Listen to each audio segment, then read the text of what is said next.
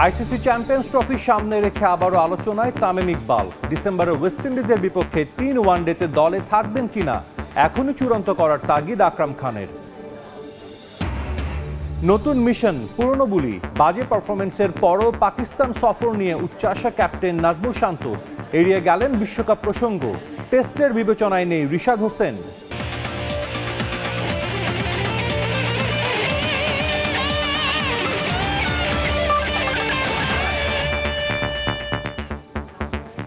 বিশ্বের নানা প্রান্তের খেলাধুলার খবর নিয়ে আমাদের নিয়মিত আয়োজন খেলার সময়, আর এই আয়োজনে আপনাদের সঙ্গে আছি আমি সাজিদ মুস্তাহিদ। শুরুতেই ক্রিকেট প্রসঙ্গ। আইসিসি চ্যাম্পিয়ন্স ট্রফি সামনে রেখে আবারও আলোচনায় তামিম ইকবাল। ওয়েস্ট ইন্ডিজের বিপক্ষে সিরিজে তাকে দলে ফেরানো হবে কিনা তা আগেই পরিষ্কার করা জরুরি বলে মনে করেন বিসিবি পরিচালক আকরাম খান। এদিকে নারী টি-20 বিশ্বকাপের ফাইনাল শেখ হাসিনা স্টেডিয়ামে আয়োজনের কথা থাকলেও সেই সিদ্ধান্ত থেকে সরে আসতে হবে বলে জানান বোর্ডের ফ্যাসিলিটিস কমিটির চেয়ারম্যান।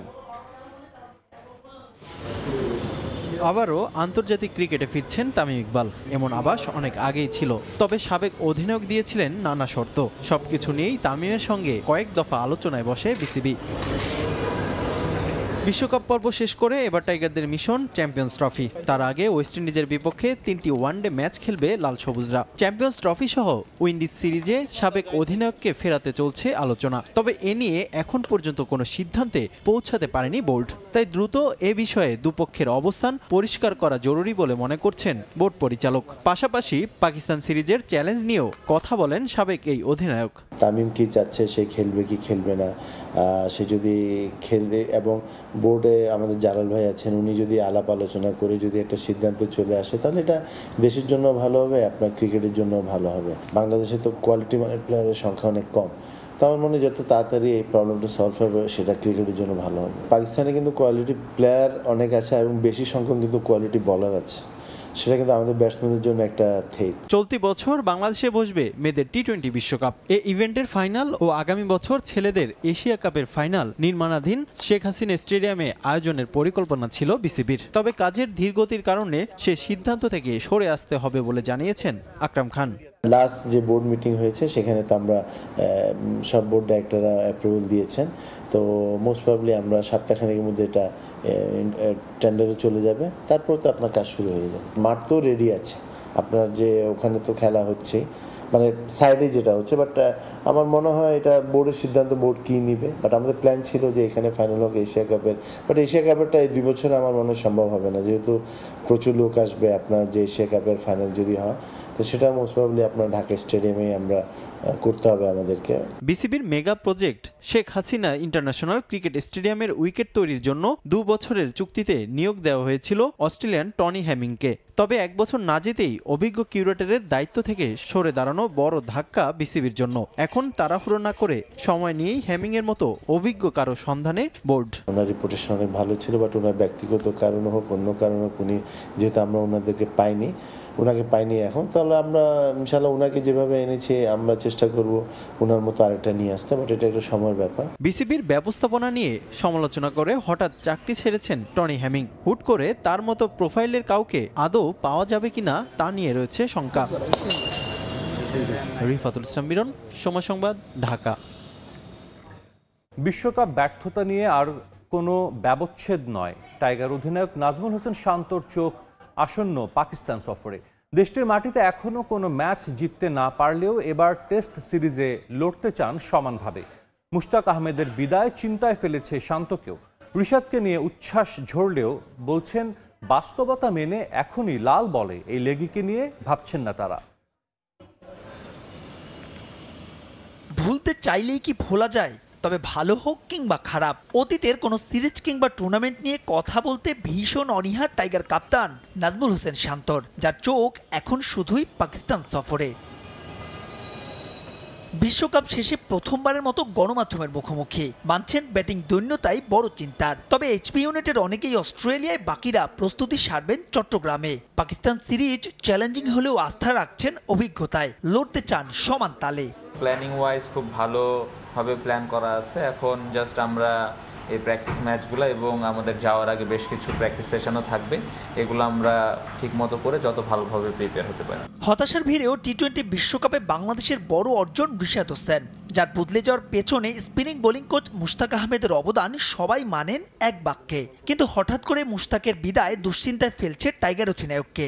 যদিও রিশাদের পারফরমেন্সের পেছনে লোকাল কোচদের কৃতিত্ব দিতেও ভুললেন না শান্ত। আমি জানি না বোর্ডের সাথে কি ধরনের কন্ট্রাক্ট ছিল, সম্ভবত ওয়ার্ল্ড কাপ পর্যন্তই ছিল আমি যতটুকু জানি, বাট দারুণ কাজ করেছেন রিশাদ, খুবই কমফোর্টেবল ছিল, বাকি স্পিনারগুলো কমফোর্টেবল ছিল। বাট আমি শুধুমাত্র মুশতাক আহমেদ ওনাকেই ক্রেডিট দিতে চাই না, কারণ রিশাদ কিন্তু তারও আগে থেকে আমাদের লোকাল যে কোচিং স্টাফ ছিল তাদের কাছ থেকে কোচিং নিচ্ছিল। গুঞ্জন আছে পাকিস্তান সফরে দলের সঙ্গী হতে পারেন রিশাদ, তবে এই লেগিকে এখনই টেস্টের জন্য প্রস্তুত মনে করেন না নাজমুল হোসেন। এটা আমার মনে হয় সিলেক্টরকে জিজ্ঞেস করলে আরো বেটার হবে, বাট আমি যতটুকু আমার এক্সপিরিয়েন্স যতটুকু মনে হয়, আমার মনে হয় না এই মুহূর্তে রেড বলের জন্য ও পুরোপুরি রেডি। পাকিস্তানের বিপক্ষে টেস্ট সিরিজ খেলতে আগস্টের মাঝামাঝি দেশটি সফরে যাবে টাইগাররা। 2 ম্যাচ সিরিজের প্রথম ম্যাচ 21 আগস্ট।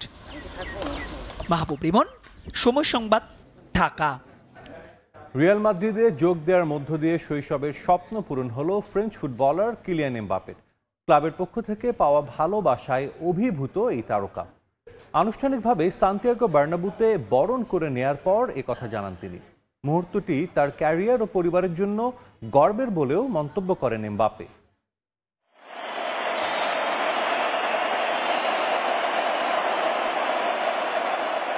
অজানা কারণে আটকে ছিল ফরাসি তারকা কিলিয়ান এমবাপ্পের রিয়াল মাদ্রিদে যোগ দেয়া।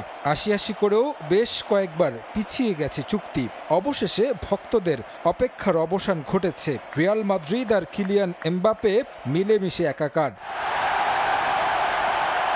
চুক্তি সম্পন্ন হয়েছে আগেই, এবার আনুষ্ঠানিকভাবে ফরাসি তারকাকে বরণ করে নিল সান্তিয়াগো বার্নাব্যু। রিয়ালে যোগ দেওয়ার জন্য আগেই সম্পন্ন হয়েছে মেডিকেল টেস্ট। এদিন তাকে বরণ করে নিতে ভিন্ন রূপে সাজে সান্তিয়াগো বার্নাব্যু। নয়া তারকাকে বরণ করে নিতে গোটা স্টেডিয়াম পূর্ণ ছিল মাদ্রিদিস্তার সমর্থকে। ৮০,০০০ দর্শকের উপস্থিতিতে নীল গালিচায় রিয়াল মাদ্রিদ জার্সিতে প্রবেশ করেন স্টেডিয়ামে। ৯ নম্বর জার্সিতে মাঠ মাতাবেন ফ্রান্সের হয়ে ২০১৮ বিশ্বকাপ জেতা ফুটবলার। এই তারকাকে পেয়ে মাদ্রিদ সমর্থকরাও উচ্ছ্বসিত। এরপর একে একে সান্তিয়াগো বার্নাব্যু প্রদক্ষিণ করেন তিনি। নিয়ে যাওয়া হয় রিয়াল মাদ্রিদের ট্রফি মিউজিয়ামে, যেখানে সাজানো ছিল 15টি চ্যাম্পিয়ন্স ট্রফি সহ শিরোপাগুলো। তার কাছে নিশ্চয়ই সমর্থকদের প্রত্যাশা থাকবে এই শোকেসটা আরও পরিপূর্ণ হবে তার হাত ধরে। এরপর মাঠে নিজের সাইন করা ফুটবল ছুঁড়ে মারেন দর্শকদের উদ্দেশ্যে। গোটা স্টেডিয়াম প্রদক্ষিণ করে ভক্তদের ভালোবাসার উত্তর দেন। এমবাপ্পের জন্য দিনটি ঐতিহাসিক। ক্যারিয়ারের সবচেয়ে বড় ক্লাবে যোগ দিয়েছেন, যেখানে খেলার স্বপ্ন দেখেছেন ছোটবেলা থেকে। এটা আমার জন্য সম্মানের। সৌভাগ্য যে আমি রিয়াল মাদ্রিদের ফুটবলার হতে পেরেছি। এটা আমার শৈশবের স্বপ্ন ছিল। এই মুহূর্তের জন্যই এতদিন অপেক্ষায় ছিলাম। এখন এটা বাস্তব যে আমি রিয়াল মাদ্রিদের ফুটবলার। স্বপ্ন পূরণ হয়েছে, যা অর্থের বিনিময়ে কেনা সম্ভব না। এটা শুধু আমার নয়, আমার পরিবার ও বন্ধুদের জন্যও ঐতিহাসিক মুহূর্ত। আমার ক্যারিয়ারের অন্যতম সেরা একটি দিন। যা কল্পনা করেছিলাম তার চেয়ে বেশি পেয়েছি। বছরে 16.2 মিলিয়ন ইউরোতে 5 বছরের জন্য রিয়াল মাদ্রিদের সঙ্গে চুক্তিবদ্ধ হয়েছেন কিলিয়ান এমবাপ্পে। তারিক হাসান শিমুল, সময় সংবাদ। দেশের ফুটবল প্রসঙ্গ। সফলতার ধারাবাহিকতায় ঢাকার বাইরে নতুন করে আরও 3টি একাডেমি চালু করতে যাচ্ছে ফুটবল ফেডারেশন। 2টি বয়সসীমা লক্ষ্য করে রাজশাহী, খুলনা এবং সিলেট বিভাগে পরিচালিত হবে একাডেমিগুলো। ফুটবলারদের সঠিক পরিচর্যায় গড়ে তুলতে একাডেমিগুলোতে মানসম্মত কোচরা কাজ করবেন বলে নিশ্চিত করেছেন বাফুফে ডেভেলপমেন্ট কমিটির চেয়ারম্যান। গেল বছর একটা চ্যালেঞ্জ নিয়ে বাফুফে একাডেমি চালু করে ফুটবল ফেডারেশন। এই প্রজেক্ট কতটা প্রভাব ফেলবে ডেভেলপমেন্টে, এমন প্রশ্ন উঠলেও খুব অল্প সময়ে বেশ সাড়া তৈরি করে। সেই সফলতার ধারাবাহিকতায় এবার ঢাকার বাইরে একই কার্যক্রম হাতে নিয়েছে বাফুফে।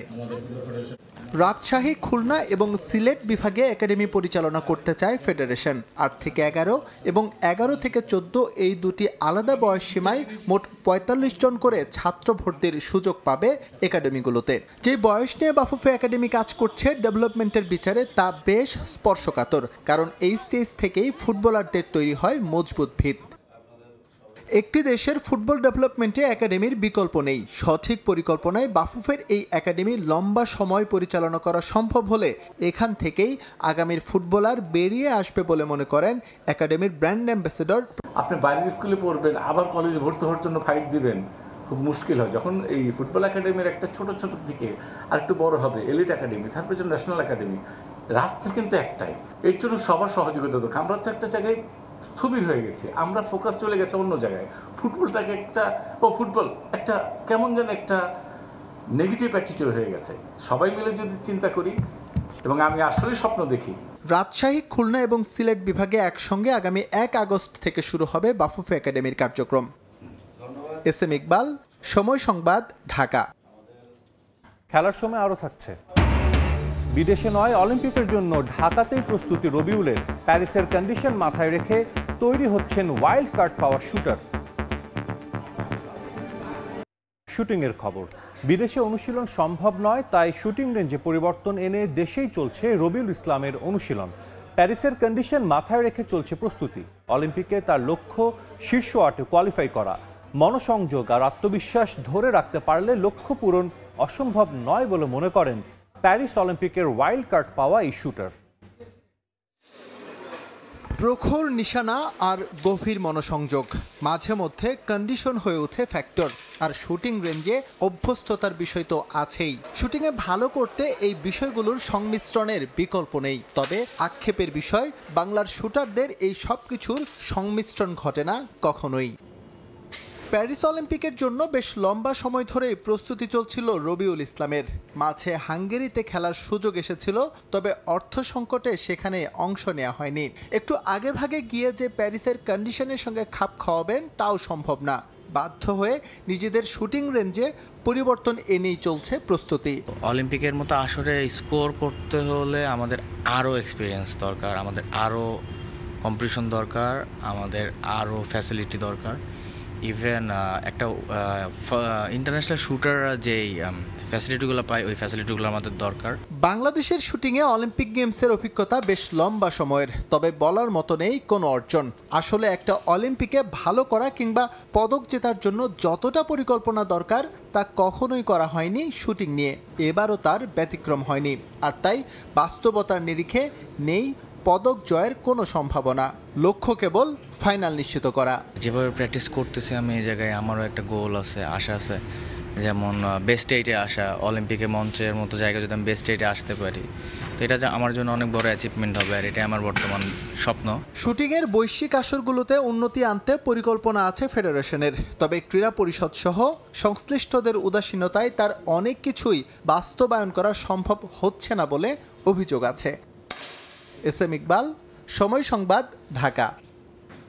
টানা দ্বিতীয়বার ইউরো চ্যাম্পিয়নশিপের রানার্স আপ হয়ে দেশে ফিরেছে ইংল্যান্ড ফুটবল দল।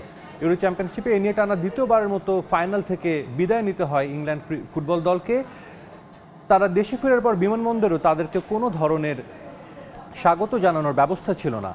অনেকটা ভগ্ন হৃদয় নিয়ে তারা দেশে ফিরেছে, এবং দেশে ফিরে আপাতত ফুটবলারদের মনোযোগ পুরোটাই ক্লাব ফুটবল ঘিরে। খেলার সময় শীর্ষ সংবাদগুলো জানিয়ে দিচ্ছে আরেকবার। আইসিসি চ্যাম্পিয়ন্স ট্রফি সামনে রেখে আবারও আলোচনায় তামিম ইকবাল। ডিসেম্বরে ওয়েস্ট ইন্ডিজের বিপক্ষে 3 ওয়ানডেতে দলে থাকবেন কিনা এখনই চূড়ান্ত করার তাগিদ আকরাম খানের। এবং অবশেষে রিয়াল মাদ্রিদের জার্সিতে সমর্থকদের সামনে কিলিয়ান এমবাপে। দর্শকপূর্ণ বার্নাব্যুতে বরণ করে নেওয়া হলো ফরাসি তারকাকে। শৈশবের স্বপ্ন পূরণ হওয়ায় রোমাঞ্চিত। এই ছিল খেলার সময়ে। দুপুরের সময় সঙ্গে থাকবেন ইমদাদুল হক। সাজিদ, আপনাকে ধন্যবাদ। দুপুরের সময় নিয়ে ফিরছি কিছুক্ষণ পর, সঙ্গে থাকুন সময়ের।